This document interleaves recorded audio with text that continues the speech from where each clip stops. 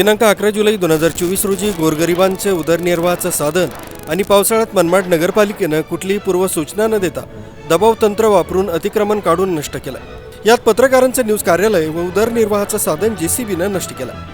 राजू निर्भवने हा पत्रकार निर्भीड बातम्या लावत असून हा हिंदू महार या जातीचा याची माहिती असताना सुद्धा मुख्याधिकारी शेषराव चौधरी व कर्मचाऱ्यांनी राजकीय दबावापोटी निर्भीड बातम्या लावणाऱ्या बहुजन पत्रकाराच्या उदरनिर्वाहाचं साधन त्यांची टपरी उद्ध्वस्त केली।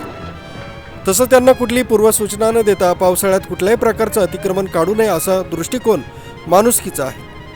महाराष्ट्र सरकारचं पावसाळी अधिवेशन 29 जून 2024 रोजी चालू असताना त्या अधिवेशनामध्ये गोरगरीब जनतेचा विचार करत विरोधी पक्षनेते नाना पटोले तसंच विजय वडेट्टीवार यांनी पावसाळ्यात अतिक्रमण काढू नयेत असा प्रश्न मांडला व त्या प्रश्नाचं उत्तर देताना सभाध्यक्ष राहुल नार्वेकर म्हणाले की मुंबई उच्च न्यायालयाचे आदेश आहे की 1 जून ते 30 सप्टेंबरपर्यंत पावसाळ्यात कुठल्याही प्रकारचं अतिक्रमण काढू नये, अन्यथा काढल्यास त्या अधिकाऱ्यावर कार्यवाही होईल। ही बाब टपरीधारक राजू निर्भवने यांनी संबंधित अधिकाऱ्यांना लक्षात आणून दिली असता तरीसुद्धा मुंबई उच्च न्यायालयाचा आदेश लाताळून पायंदळी तुडवून कचरापट्टीत फेकला आहे। हे अतिक्रमण राजकीय दबावापोटी सदरचा निर्णय जबरदस्तीने घेऊन गरिबांचं अतिक्रमण काढण्यात आलंय।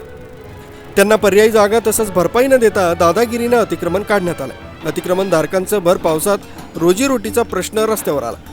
हेच एकमेव साधन असल्यानं सदर टपरी गेल्या 20 वर्षांपासून होती। कुटुंबाला जीव देण्याची वेळ आली। मुख्याधिकारी तसंच राजकीय दबावकारी यांनी एक प्रकारे लोकशाहीचा गळा घोटला।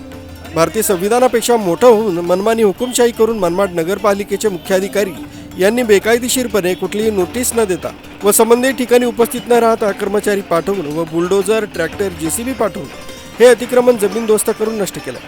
ऐन पावसाळ्यात आमचं उदरनिर्वाहाचं साधन तोडून आम्हाला आत्महत्या करण्यास मनमाड नगरपालिकेनं मजबूर केलं।